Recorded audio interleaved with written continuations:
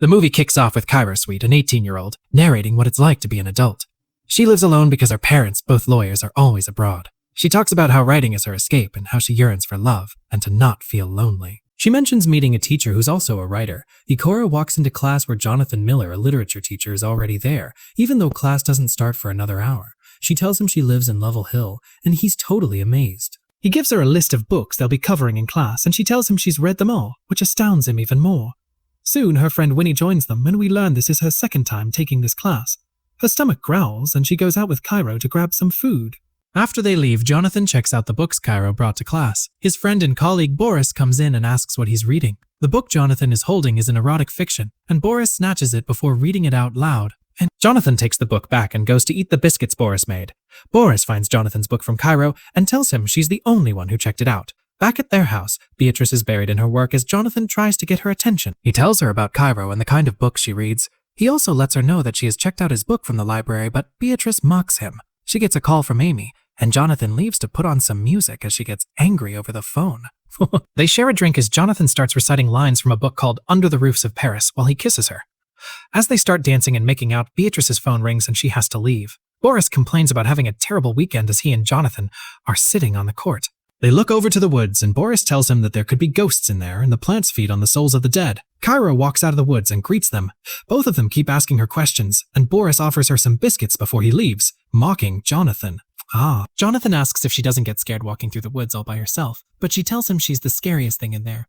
As Boris walks into the hallway, Winnie stops him and starts teasing him. He stops and talks to her as she tells him she wants to be in his class and he can tutor her. Cairo watches them converse from a corner. Winnie tells her that she is seducing Boris and asks if she is jealous in a sing-song voice. Winnie and Cairo are in Cairo's house while she is smoking. So Winnie asks where her parents could be at this time, and Cairo tells her she doesn't know how long they'll be there. Winnie asks Cairo to let her dress her up, saying she can be both smart and hot. Cairo is writing an essay to get into Yale, and she couldn't answer a question that asks what her greatest achievement is.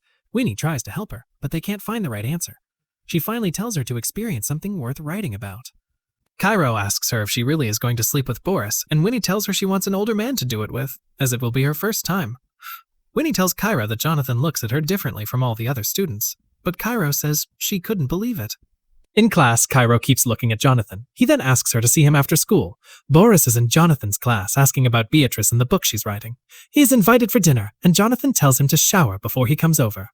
After Boris leaves his class, Jonathan puts on music and starts dancing. He finds Cairo giggling when he turns around. They sit by the couch, and Jonathan asks if she's been to the scroll sessions at Sally Bunny's, a poetry salon in a Victorian village, and tells her to go on the coming weekend. He tells her he feels foolish and calls her a child. She tells him that his writing is bad and calls him a nobody, impotent, and mediocre while crying, daring him to fail her. Cairo walks out thinking of heartbreak and refers to it as a car crash. Cairo goes home and drinks while crying with Winnie by her side. Jonathan gets home and tells Beatrice he had a bad day, to which she offers him a drink.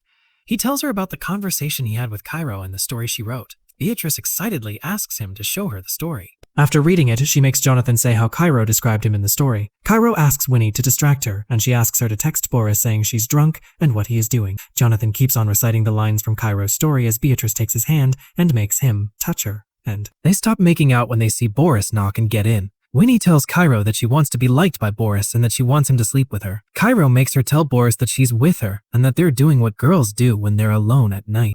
Beatrice finds Boris smiling at his phone and asks who he is texting with, but he won't tell her. He replies to Winnie telling her to go to bed. Cairo gets angry and tells Winnie to take off her shirt as they are going to be making out for Boris. They get very close and start making out while Cairo takes a picture and Winnie sends it to Boris. Earlier that day, Cairo had sent the story she wrote to the principal.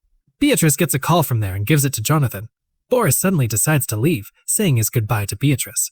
Jonathan learns that the principal got the story from Cairo and tells Beatrice about it, and that he thinks that Cairo did it.